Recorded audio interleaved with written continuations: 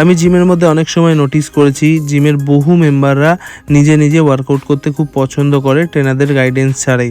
আমি তাদের রেসপেক্টফুলি কিছু কথা শেয়ার করতে চাই। আমি তাদের কোনো কমপ্লেন করছি না, তাদের কিছু খামতি হয়তো থেকে যায়, আমরা বলতে পারি না, কেননা তারা নিজেরা হয়তো ওয়ার্কআউট করতে চায়। কিছু সময় আমরা তাদের থেকে কিছু কটু কথাও শুনে থাকি, যেহেতু আমরা তাদেরকে কিছু বলতে গেলে তো আমরা সেই সব দিক থেকে দূরে থাকি, কেননা তারা হয়তো কমফর্টলি নিজে নিজেই ওয়ার্কআউট করতে পছন্দ করে।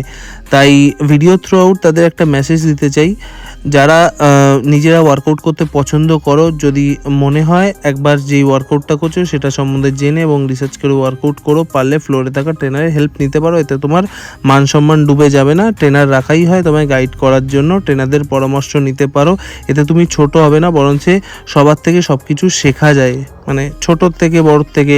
আর ফ্লোরে থাকা ট্রেনারদের তো এইটুকু রেসপেক্ট দিতেই পারো, মানে তোমার যেটা দরকার, তুমি কি পাচ্ছ না পাচ্ছ সেটা ট্রেনারের সঙ্গে বিষয়টা আলোচনা করে করতে পারো।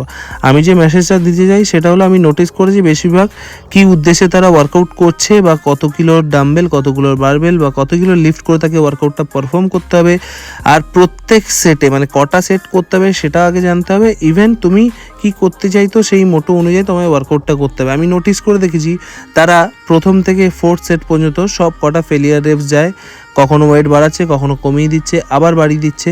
তো তোমাকে তোমার মোটোটা জানতে হবে, তুমি কি করতে চাইছো। আর তোমাদের একটা সিম্পল কথা বলে রাখি, তুমি যে কোনো বডি পার্টেরই ওয়ার্কআউট করে থাকো না কেন, তোমরা চেষ্টা করবে লাস্ট সেটটা ফেলিয়ার যাওয়ার। প্রত্যেক কটা সেট ফেলিয়ার যেতে হবে না, মাসেল ফাইবার রিকভারি হবে না, প্রোগ্রেস দেখতে পারবে না। তাই প্রত্যেক সেটে ফেলিয়ার যাওয়ার দরকার নেই, আর প্রত্যেক সেটে চেষ্টা করবে ওয়েটটা ইনক্রিজ করার।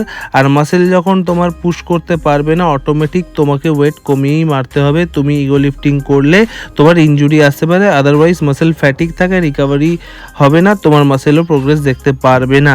আর প্রত্যেক সেটের মিডিলে 30 to 45 সেকেন্ডের একটা রেস্টিং পিরিয়ড রাখবে, এতে তোমার মাসেল ফাইবারগুলো রিকভার হবে।